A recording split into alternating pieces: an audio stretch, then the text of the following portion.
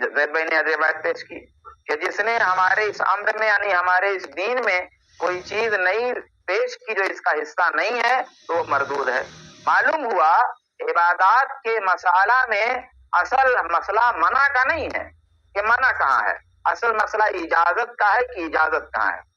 سورہ مائدہ آیت نمبر 3 میں ہے الیوم اکملت لکم دینکم واتممت علیکم نعمتی ورضیت لکم الاسلام دینا، کہ آج میں نے تمہارے لیے تمہارے دین کو مکمل کر دیا اور تم پر اپنی نعمت مکمل کر دی، ورضیت لکم الاسلام دینا، اور اسلام بحیثیت دین کہ میں تم سے راضی ہوں. معلوم ہوا جو چیز کل دین نہیں تھی تو آج بھی دین نہیں ہے کیونکہ اسلام مکمل ہو گیا. امام مالک رحمت اللہ علیہ اسی آیت سے دلیل پکڑتے ہوئے فرماتے ہیں من ابتدع فی الاسلام بدعۃ یراھا حسنۃ، کہ جس نے دین میں کچھ نیا نکالا اور اس کو وہ اچھا سمجھتا ہے. من ابتدع فی الاسلام بدعۃ، جس نے دین میں کوئی نئی بدعت رائج کیا، یراھا حسنۃ، اسے وہ اچھا سمجھتا ہے، فقد زعم ان محمدا قد خان الرسالہ، تو گویا اس نے بدگمانی کیا کہ محمد صلی اللہ علیہ وسلم نے نعوذ باللہ رسالت میں خیانت کیا.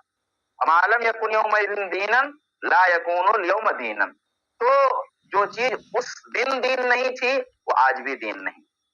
یہ جو دلیلیں میں نے قرآن حدیث کی پیش کی، ان سے سلف نے یہ اصول نکالا ہے کہ کوئی بھی عبادت جس کا ثبوت نہیں ہے وہ منع ہے، کوئی بھی عبادت جس کا ثبوت نہیں ہے وہ منع ہے. اب یہ میں نے نہیں نکالا ہے، دیکھیے دلیل بھی ہے اور اس دلیل سے علماء نے جو نکالا ہے مسئلہ وہ بھی موجود ہے. میں دو چار علماء کے دلائل پیش کرتا ہوں. حافظ ابن حجر رحمۃ اللہ علیہ، بھائی آپ بھی ان کو مانتے ہو ہم بھی ان کو مانتے ہیں، وہ کہتے ہیں الاصل فی العبادات التوقف، عبادات میں اصل توقف ہے، یعنی رکے رہنا ہے، یعنی دلیل کے بغیر عبادت نہیں ہوگی. ابن دقیق العید فرماتے ہیں الغالب علی العبادات التعبد وماخذها التوقیف. مفہوم اس کا یہ ہے کہ عبادات کے مسئلے میں اصل مسئلہ، غالب تر مسئلہ تعبد کا ہے، اس کا ماخذ توقیف ہے، بغیر دلیل کی عبادت نہیں ہوگی. احکام الاحکام میں یہ بات ان کی موجود ہے.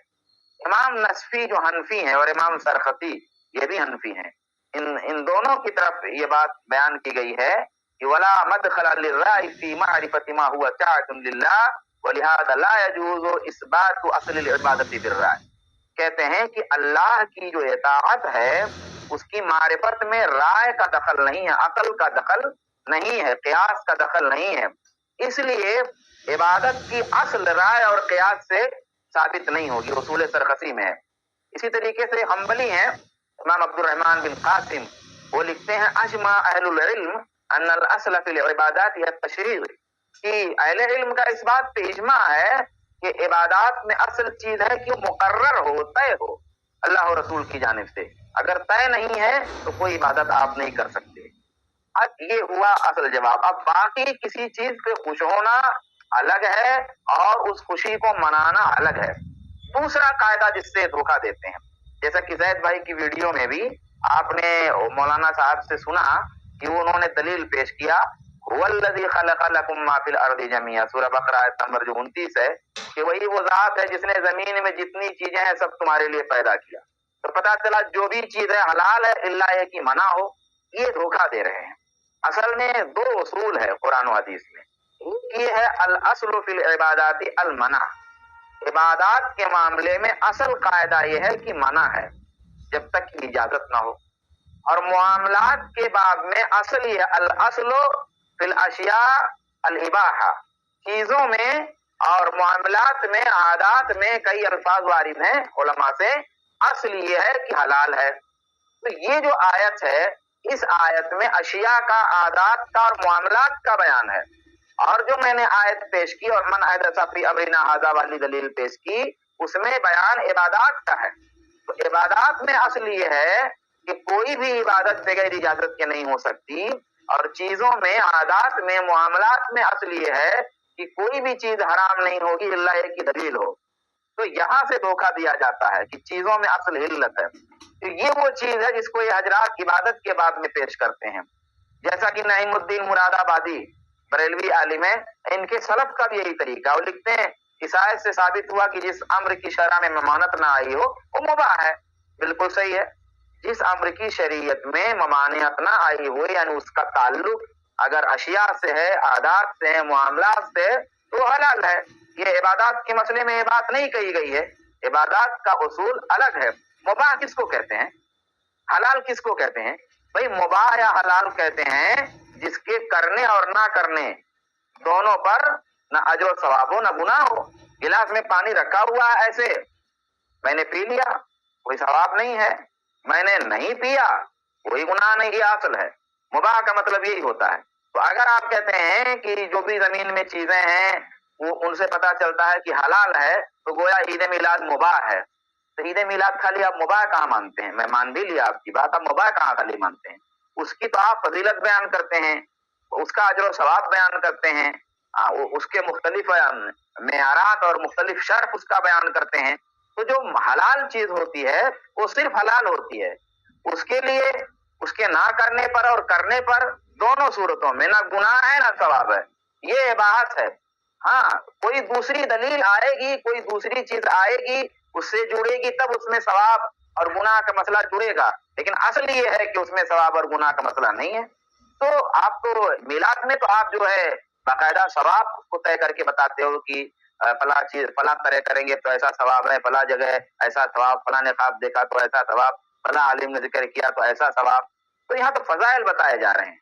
اچھا آخر میں اب میں ایک بات بتا کر کے بات ختم کرتا ہوں، یہ حضرات پورا زور منع پہ لگاتے کیوں؟ آپ ان کے جن بھی عالم کی بات آپ سنیں گے تو آپ ہر بار یہ سنیں گے کہ بتاؤ منع کہاں، بتاؤ منع کہاں ہے۔ تقریباً ہر عالم ان کا یہ بات کہتا ہے۔ کیوں ایسی بات کہتے ہیں؟ یہ بات اس لیے کہتے ہیں کہ بتاؤ منع کہاں ہے، کیونکہ ان کے پاس کرنے کی دلیل نہیں ہے، کرنے کی دلیل نہیں ہے ان کے پاس، تو چونکہ کرنے کی دلیل ہے نہیں اسی لیے ایک وید پھینک دیتے ہیں، ہاں وید لبید پھینک دیتے ہیں کہ لے کے آؤ منع کہاں ہے۔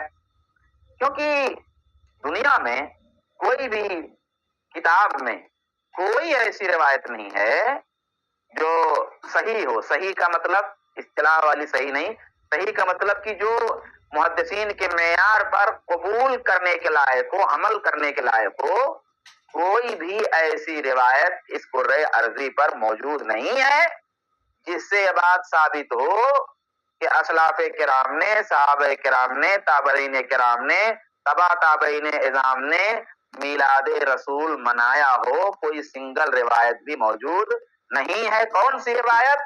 جو قبول کرنے کے لائق ہو محدثین کے معیار پہ۔ ضعیف موضوع تو بہت لا سکتے ہیں، تو اسی لیے یہ لوگ یہ بات زور دے کے کہتے ہیں کہ بتاؤ منع کہاں ہے۔ ڈاکٹر طاہر القادری نے باقاعدہ ایک کتاب لکھی ہے اور اس میں ان کو اس سوال کا جواب کسی طرح دینا تھا، چونکہ دلیل ہے نہیں، صحابہ تابعین تبع تابعین کے ہاں یہ دلیلیں پاتے نہیں ہیں، تو باقاعدہ انہوں نے یہ موضوع رکھا کہ بھائی صحابہ نے میلاد کیوں نہیں منایا، تابعین نے اور تبع تابعین نے میلاد کیوں نہیں منایا۔ تو اس کی جو ان کی پوری اس کتاب اور پورے اس مقالے کا جو خلاصہ ہے وہ ایک لائن میں یہ ہے، وہ کہتے ہیں کہ چونکہ رسول اللہ صلی اللہ علیہ وسلم کی جدائی کا غم شدید تھا اور وہ جدائی کا غم عرصہ تک باقی رہا، اس لیے اس غم پر خوشی غالب نہ آئی، لیکن جب صحابہ تابعین تبع تابعین کا دور ختم ہوتا گیا اور جدائی اور خوشی کا وہ ماحول جو دیکھنا تھا انہوں نے نہیں دیکھا، تو دھیرے دھیرے طبیعت پر غم کے بجائے خوشی غالب آتی گئی اور پھر میلاد جو ہے لوگوں نے منانا شروع کیا۔ یہ ان کی دلیل کا خلاصہ ہے۔ اس سے آپ سمجھ سکتے ہیں کہ نہ جائے مادن نہ پائے رفتن، ان کے پاس دلیل ہے ہی نہیں کرنے کی، اسی لیے زور لگاتے ہیں کہ منع کی دلیل لاؤ، منع کی، حالانکہ منع کی دلیلیں بھی ہیں جیسا کہ ہم نے بتایا۔ اس کلپ کی فل